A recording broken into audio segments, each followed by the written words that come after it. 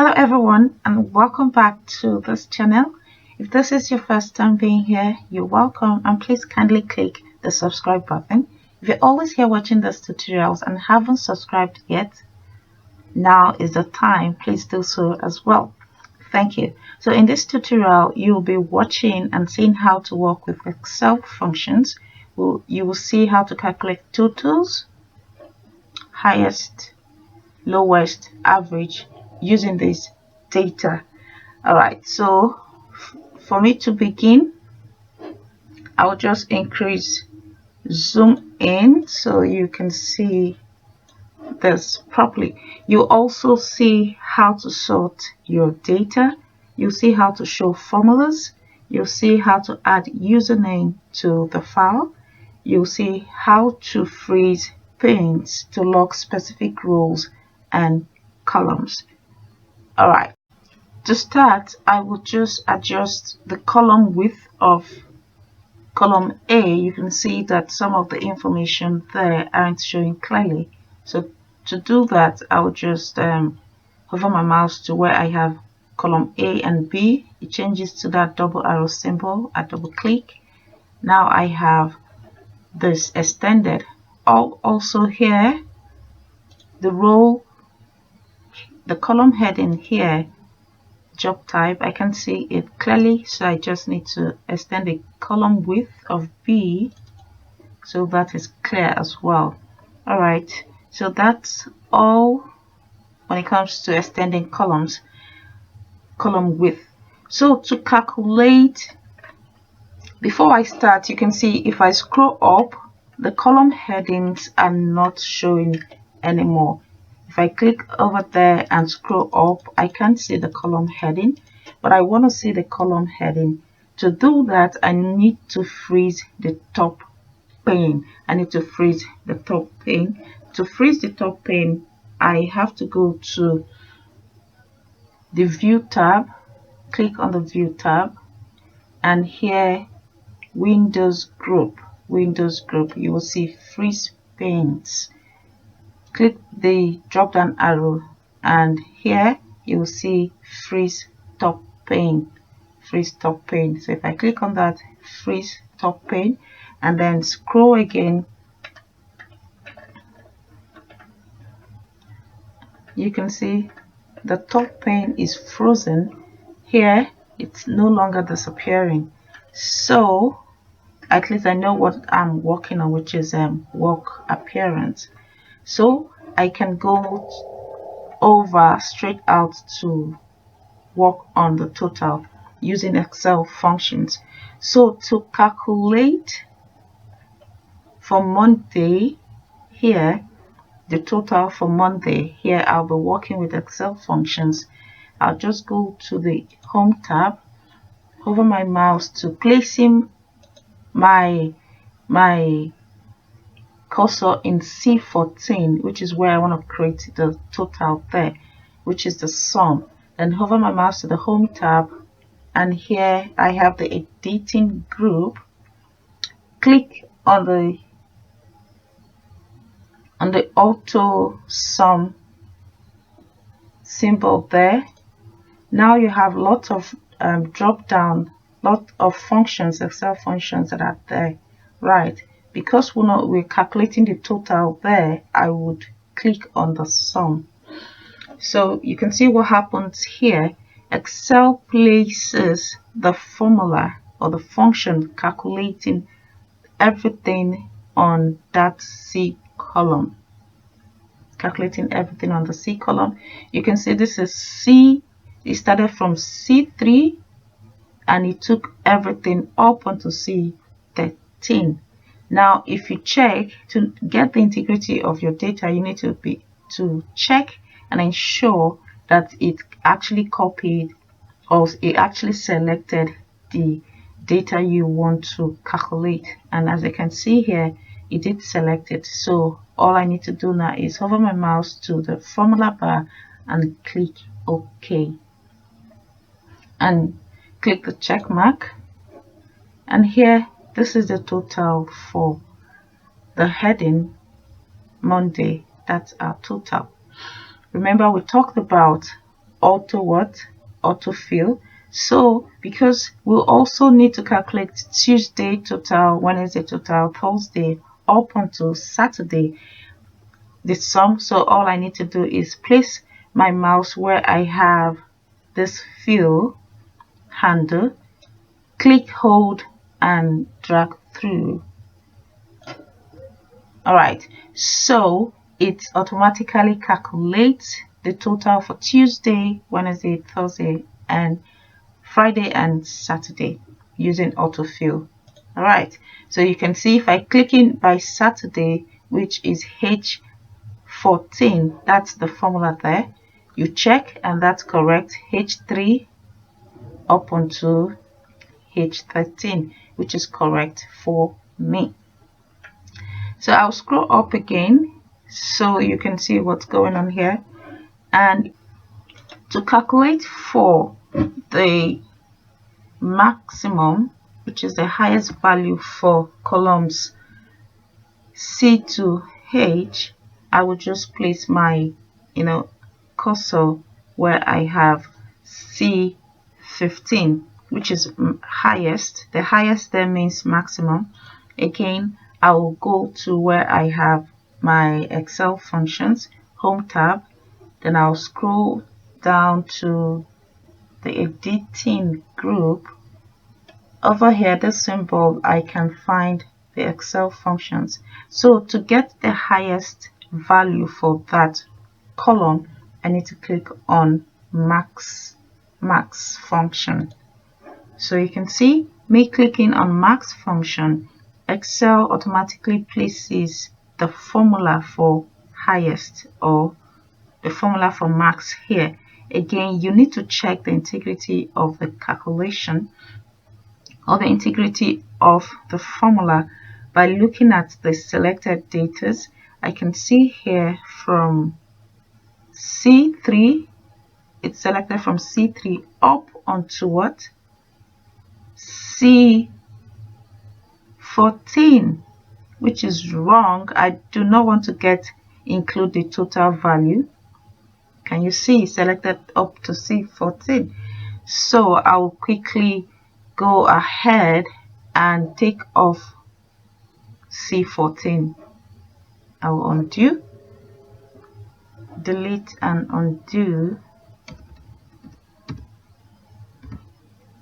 Okay, so now this is where you need to start working manually, because of course we don't need to get the total.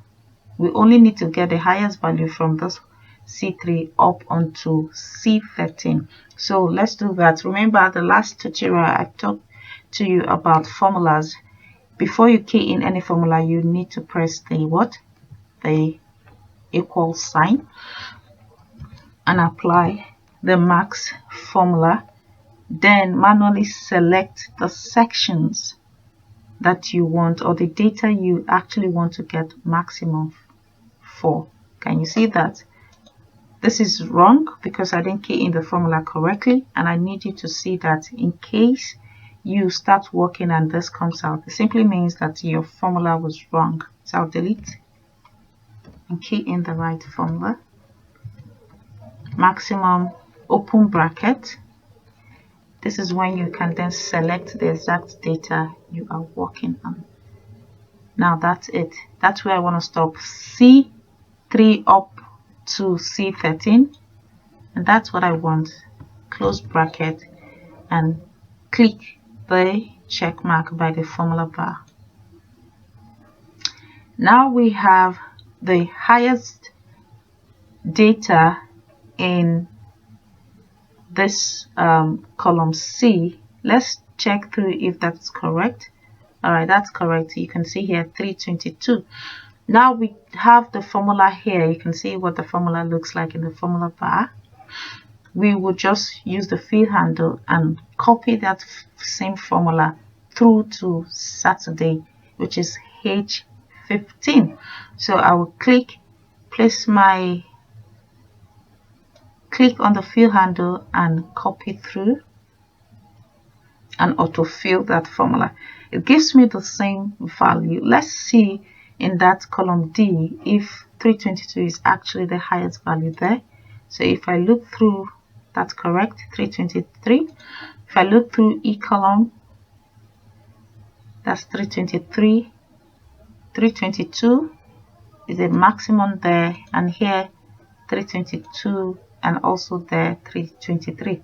Now you can see that it's actually correct. The formula, why I click here looking at the formula bar, it changes, which is quite different from the formula I have in C15. You can see that. So when you perform your calculations using this Excel functions, you need to check the integrity of your data if it's actually correct by going through each of your cells to see really if you got the right thing. Now let's check the minimum value, which is called here the lowest value for this column. Again, you calculate it manually, the equal sign.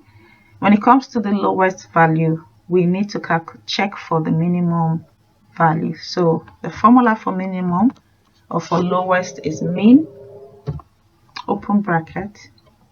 Now take your mouse and select the data you want to know the minimum. I click again, the same thing, click, hold and drag through until you get to where you want to stop, and that is my C3 up to C13 again. That's what I want. You can see these values here. I'm not choosing these values because they are calculated, so I don't need them.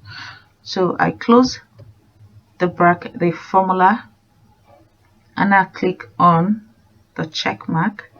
Now it gives me the minimum value there, which is the lowest. The minimum value for that column C is what?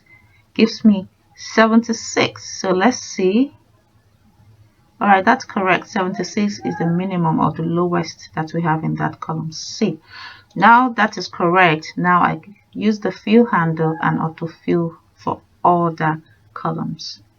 Drag through, autofill, and that's what it gives me for the minimum value. So if I go to the Wednesdays, that's my minimum value for Wednesday, stopping at from E13 up to E3 up to E13, which is correct, 1, and over here F3 up to F13, is that correct? Yes, 5 is the lowest number there. For Friday, F3 up to F13, 4 is the lowest value. For Saturday, H3 up onto H13, that's correct. 45, which is here, is the lowest value, which is a minimum value. So if I click in H16, you would see the formula there. That's the formula, which is also different from C16. That's the formula. This tells me that what I have done is correct. This is you checking the integrity of your data. Very important. Now let's work on the average. Average, remember we're calculating from C3 to C13. The average, again, you start with the equal sign. Now type in average in full. It's either you click, see that formula, you click average. You can see what I did for that formula to come in. These are different ways you can key in. Now I'm going to do that again. You double click when you find exactly what it is, if it pops out. So click, press the equal sign while you're typing average. Now you can see average formula appears. Now just double click. All right, so it shows, it keys in the formula, and what you need to do now is select the data you want to find the average from, click, hold down and stop at C13. That's correct. C13, close the bracket and press the enter key. Now it calculates the average from C3 up onto C13 because that's where we like to stop. Every other thing here are calculations, so we don't need them. Right, so that is our average. The formula is correct.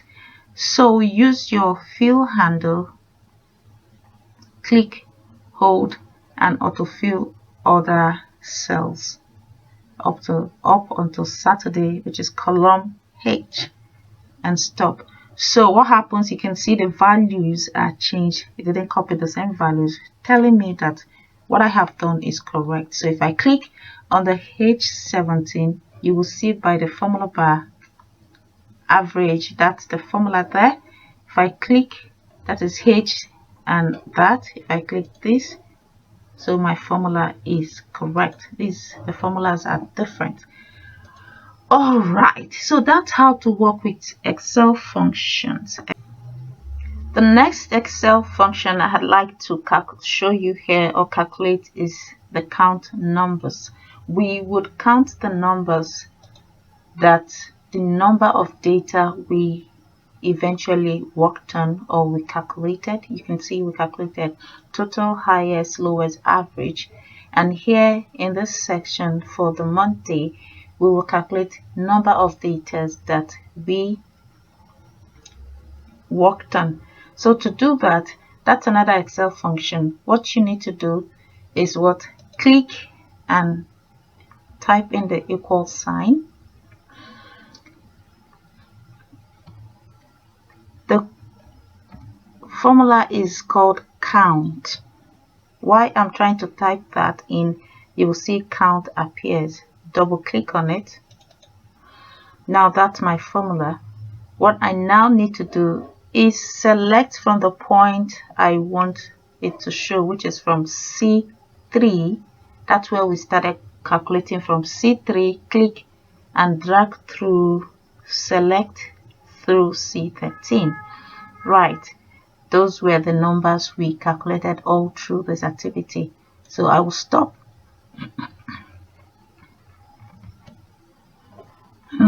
Press the check mark, cover the bracket over there and press the check mark.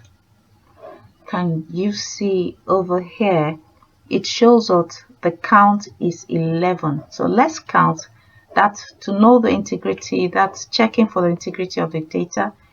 Here we selected this, which is 1 2 3 4 5 6 7 8 9 10 and 11. That's C13. So the calculation here is correct. That's the formula to perform count on any data. This is how to perform it. Now that I'm sure that my formula is correct, I will just copy that formula, place by the formula handle, the fill handle, click and copy autofill to the other cells or other columns, which is all 11. Of course, everything that we calculated, they are the same thing from H3 up to H13. That's why it's returning the same value, 11. While you click watching the formula bar, you would see the formulas are changing, especially inside the bracket over there. So that's how to calculate the count function. The next activity you would like to work on is to sort this work appearance data that we've calculated by Wednesday from lowest to largest, from lowest to the highest. So what you need to do when you want to perform sorting is you have to select the heading of your activity up onto that aspect. That's where we will be stopping. We won't be sorting these Excel functions over there, because even if we rearrange this data, it will still give us the same calculations. So you select and stop at that exact point where we calculated, where we got our data from. Alright, now hover your mouse to the home tab and scroll to the editing group. You would see that symbol. Alright, sort and filter. Click the drop down arrow and choose custom sort. Always choose custom sort. Now we have the custom sort. In this box, this dialog box appears where it has sort by, click the drop down arrow there. Because we are sorting by Wednesday, you need to choose Wednesday. Now sort on, we are working on the cells value, so that's fine. There's no color, we're not working on font color and all of that. Cells value, which is okay. And the order is what? Smallest to largest. You might be told, or you working on your own stuff, you can also change largest to smallest, but for this activity we are looking at smallest to largest, and then click OK. Just take note of how the formatting of this data and what it looks like. By the time it finishes, I click OK, it's going to rearrange everything that is there. Okay. Now you can see, because we sorted by Wednesday, you would see now smallest to what? Highest. Now we have our 1. The smallest value there is 1 up onto the highest. Now you can see here in this last row, row 13, you will see the highest value we had initially for all of those data were what? 323. Now it has moved 323 to become the highest for all of those data, and everything was rearranged rightly. The totals are still the same. The calculations that we make for all of this stuff are still the same thing. Right, so take notes when you're making your sorting. You need to select just the data, not the calculations you made, but the data itself. Okay, now that we've done working with the sorting aspect, let's show the formula. We have quite a lot of formulas here. Let's show formula. To show formula, click on the formulas tab and go to the formula auditing group. That's it, formula auditing group, and that button there says show formula. Now these are all the formulas we have worked on. This is our formula. There are certain times you might just want to save your work, all right, and submit, save your work in this format, so that anybody who sees it would see the formulas you worked on. It's only someone who knows what to do will just go back to that point, click, and it's all gone. All right, so that's how to show for. Okay, that brings us to the end of this particular tutorial. I hope you find it interesting, and don't forget to drop your comments in the comment sections below on what you would like me to talk about or create videos on. And do not forget to subscribe if you haven't subscribed, and I will see you in the next video. Bye.